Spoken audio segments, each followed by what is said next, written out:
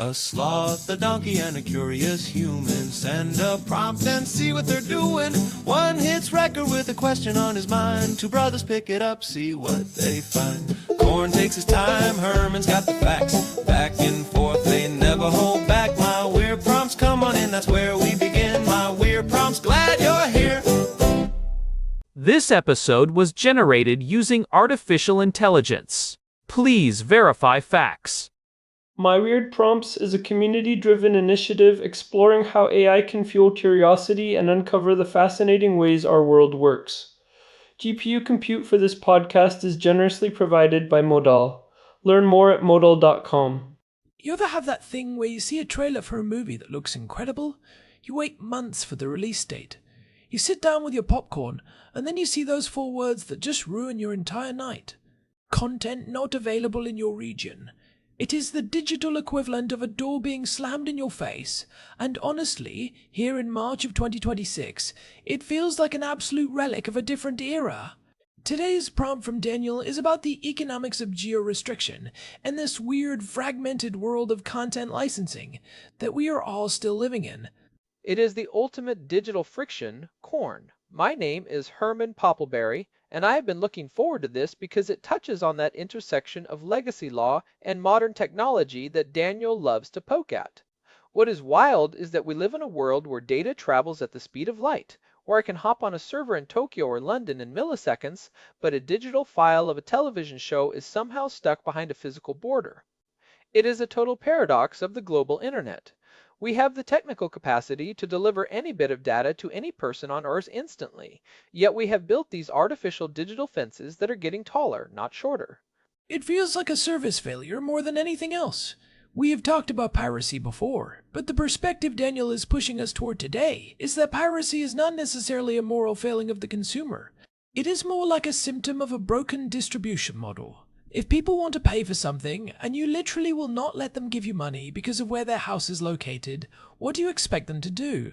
They are going to find a way to watch it, and usually, that way involves a skull and crossbones. That is the service level failure argument that Gabe Newell from Valve made famous with Steam years ago. His whole thesis was that piracy is almost always a servlet problem, not a price problem. If you provide a better service than the pirates, people will pay. But the film and television industry is caught in this web of territorial licensing that is incredibly difficult to untangle. It goes back to the way movies have been funded for 100 years. Studios do not just make a movie and put it everywhere. They often mitigate the risk by selling the rights to different regions to different distributors before the movie is even finished. It is a way to bankroll the production before a single frame is shot. So it is essentially a series of mini monopolies. I sell the rights to France to one guy, the rights to Brazil to another, and each of those people wants to control exactly how and when that content is released in their backyard to maximize their own profit. But that creates this massive lag, right? And that is where the holdback window comes in. You might hear it called the blackout window or the theatrical window. It is that staggered release schedule designed to squeeze every penny out of every stage of a release. First theaters, then digital rental, then physical media, then streaming. The problem is that in a hyper-connected world, if a movie comes out in the United States on Friday and it is not available in Ireland or Israel for another 3 months, the internet is already flooded with spoilers, memes, and reviews. The demand is at its peak, but the legal supply is zero. According to data from the first quarter of 2026, we are actually seeing these theatrical to streaming windows widening again as studios try to claw back box office revenue, and there is a direct one-to-one correlation with increased peer-to-peer traffic in those dark regions. And that is the vacuum. That is exactly where the torrent sites and the illegal streams step in. They are just filling the gap created by the lawyers. But you mentioned that this is changing with newer content. I noticed that when a big streaming service puts out an original series, it usually drops everywhere at once. Is that the end goal? Why can we not just do that for everything? For original content, it is much simpler. If Netflix or Apple owns the rights globally from day one because they funded the entire production themselves, they can do a global release. But legacy content is the nightmare. Think about a show like Friends or The Office. Those rights were carved up 20 years ago in contracts that are still binding today. One broadcaster might have the exclusive rights in Germany until 2028, while another has them in Canada. Even the big streamers have to play this game of whack-a-mole, where they are constantly gaining and losing shows based on regional contracts. It is a logistical mess. But let us talk about the mechanics for a second. How are they even enforcing this? I mean, we all know about IP-based geo-blocking, but it feels like it has become a bit of an arms race lately with the rise of virtual private networks. It is a total arms race. For a long time, a simple VPN was enough to make a streaming site think you were in New York when you were actually in Jerusalem. But the streaming platforms have gotten much more aggressive. They are now blacklisting entire ranges of IP addresses that belong to known VPN providers. This has pushed the tech-savvy users toward residential proxy networks, which we touched on back in episode 1008. Instead of using a data center IP, these networks route your traffic through someone's actual home router, making it nearly impossible for the streamer to tell you are not a local resident. You are essentially wearing a digital mask that looks like a suburban house in New Jersey. Which brings us to the piracy feedback loop that Daniel mentioned. The studios block the content. The users get a VPN to bypass the block. The studios see the VPN usage as a threat to their licensing deals, and then they start lobbying for more restrictive laws. We are seeing this right now with things like the Blockbeard Act and the FatPay legislation. Can you break those down for us? Because those names sound like something out of a techno thriller. They really do. FATPA is the Free and Open Digital Privacy Act, which sounds great on paper, but critics like Representative Zoe Lofgren have pointed out that it contains loopholes that could be used to target privacy tools. But the real heavy hitter is the Blockbeard Act, that stands for Blocking Evasion and Restricted Distribution.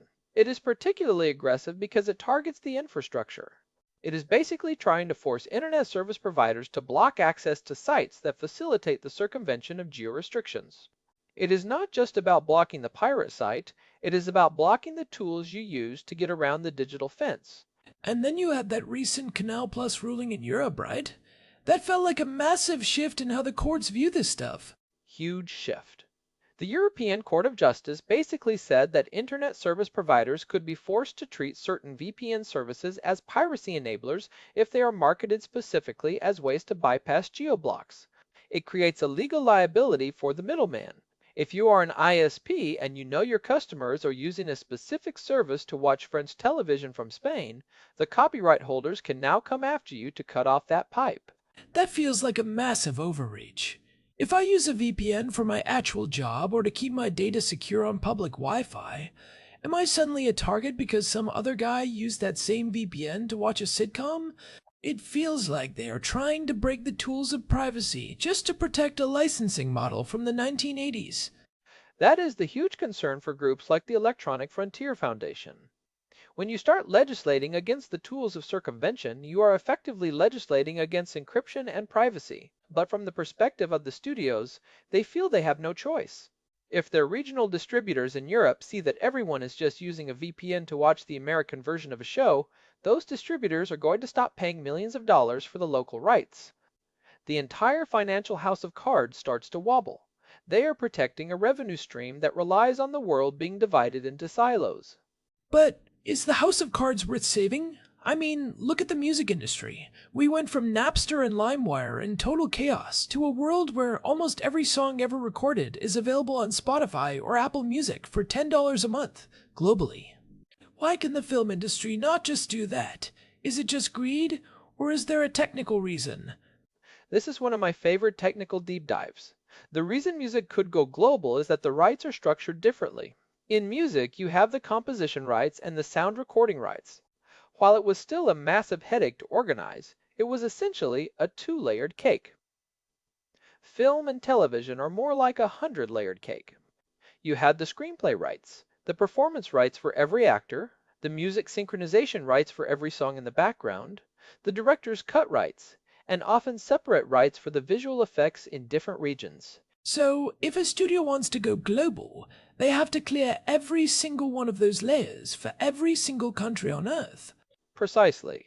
And if even one of those contracts has a clause that says this music can only be used in North American broadcasts, the whole thing gets stuck. This is why you sometimes see old shows on streaming services with different theme music than what you remember from the original broadcast. They could not clear the global rights for the original song, so they swapped it out for something cheaper. It is not just a yes or no switch, it is a legal audit of thousands of individual contracts. That is fascinating. It is not just greed, it is a massive web of legal debt. But we are seeing some shifts, right? Daniel mentioned the frenemy model. What does that look like in practice here in 2026? The frenemy model is a recognition that total exclusivity might be a losing strategy. For a few years, every company wanted their own walled garden. Disney took their stuff off Netflix, NBC took their stuff off Netflix, everyone launched their own app. But they realized that the market is saturated. People are not going to subscribe to 15 different services. So now, we are seeing streamers license their content back to each other. You might see a Warner Brothers show on Netflix even though Max exists. They are realizing that it is better to get a licensing fee from a competitor than to have their content sitting in a vault where nobody is paying for it. It is a move toward maximizing reach over maximizing control. It is almost like a return to the cable model, but with more steps. But what about the day-and-date global releases? We are seeing that with big anime titles like the Netflix and Mappa partnership. That seems to be working. Anime is actually the pioneer here because the fans are so intense and the piracy networks were so well established.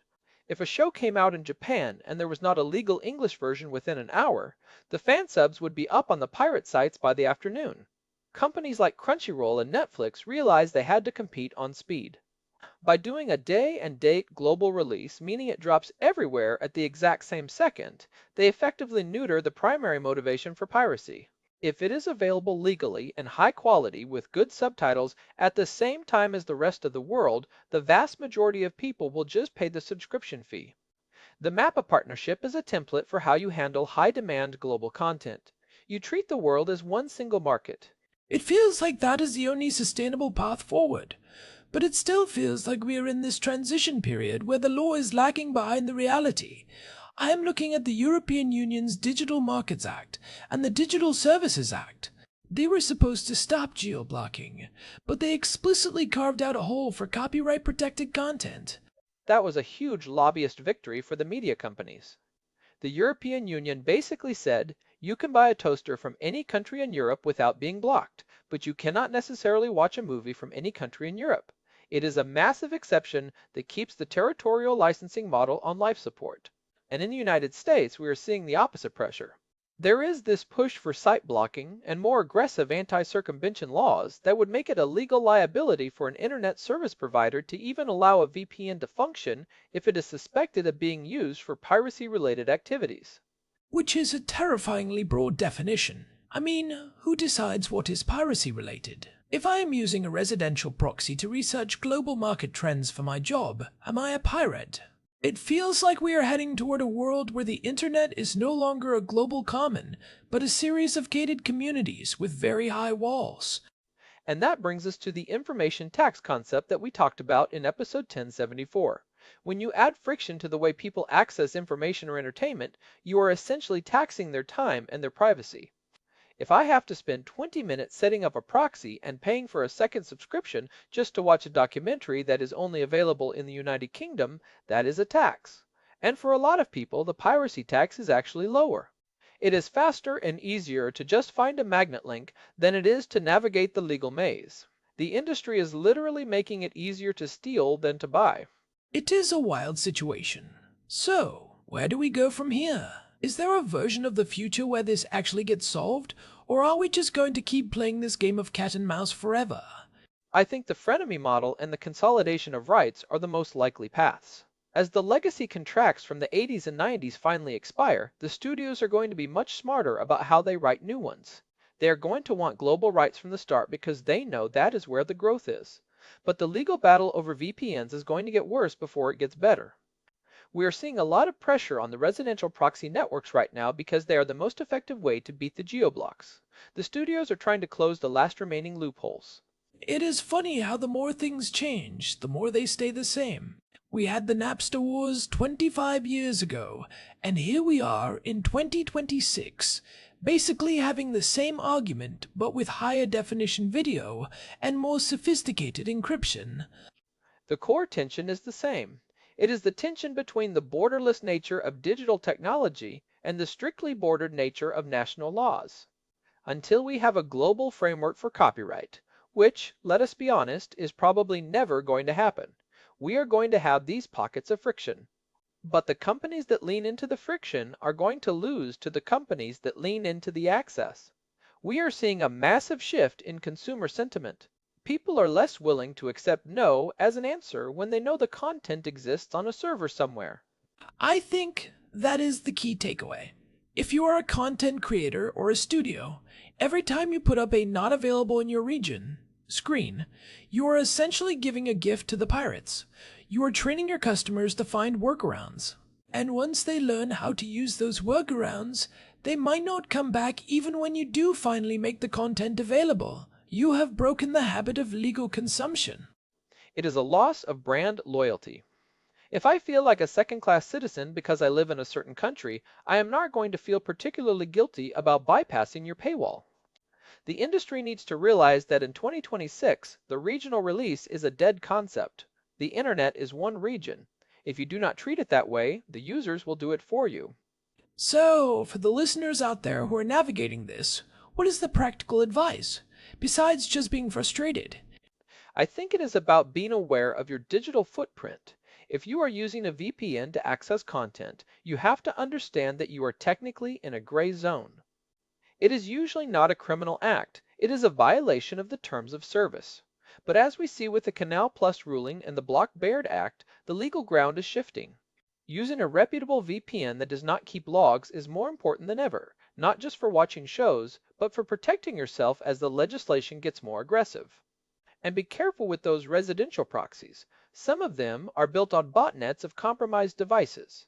And maybe support the platforms that are actually doing it right. When a studio like Mappa or a platform like Netflix does a global day-and-date release, that is the behavior we want to encourage. It shows them that the global market is viable, and that we are willing to pay for it if they just make it easy.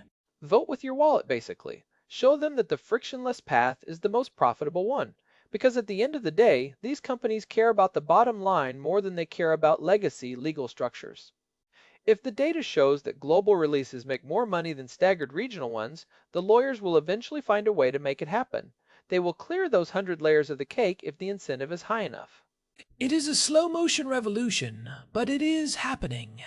We are moving from a world of digital borders to a world where the only real border is your internet speed. Daniel, thanks for the prompt.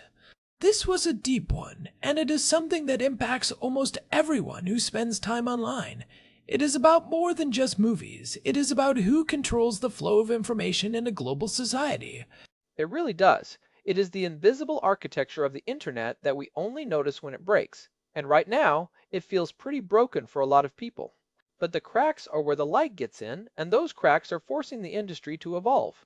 Well, if you want to dive deeper into how these blocks are actually implemented on a technical level, you should definitely go back and listen to episode 1008, where we talked about the geo-blocking fallacy and the rise of those residential proxy networks Herman mentioned. It is a perfect companion piece to this discussion. And if you are interested in how this kind of economic protectionism affects other industries, episode 1074 on the information tax of news bundling is another great one. It is the same pattern, just a different medium. It is all about the friction between old money and new tech. Well, I think we have covered the bases here. It is a complex web, but the trend line is clear. Access is the only real anti-piracy tool that actually works in the long run. Everything else is just a temporary dam against a rising tide. I hope the studios are listening. One can dream. Anyway, that is our time for today. Big thanks to our producer, Hilbert Flumingtop, for keeping the gears turning behind the scenes. And a huge thank you to Modal for providing the GPU credits that power the research and the tech for this show. We literally could not do this without them. This has been My Weird Prompts. You can find us at myweirdprompts.com for the full archive and all the ways to subscribe. If you are enjoying these deep dives, maybe leave us a review on your podcast app. It really does help more people find the show. We are also on Telegram if you want to get notified the second a new episode drops. Just search for My Weird Prompts. We will be back soon with another one. Until then, stay curious. See ya. This episode was generated using Gemini Flash 3. Text-to-speech engine was Chatterbox. Thanks for listening to our show, my weird prompts, where our thoughts go from slow takes to facts on cue. We change and follow through. My weird prompts.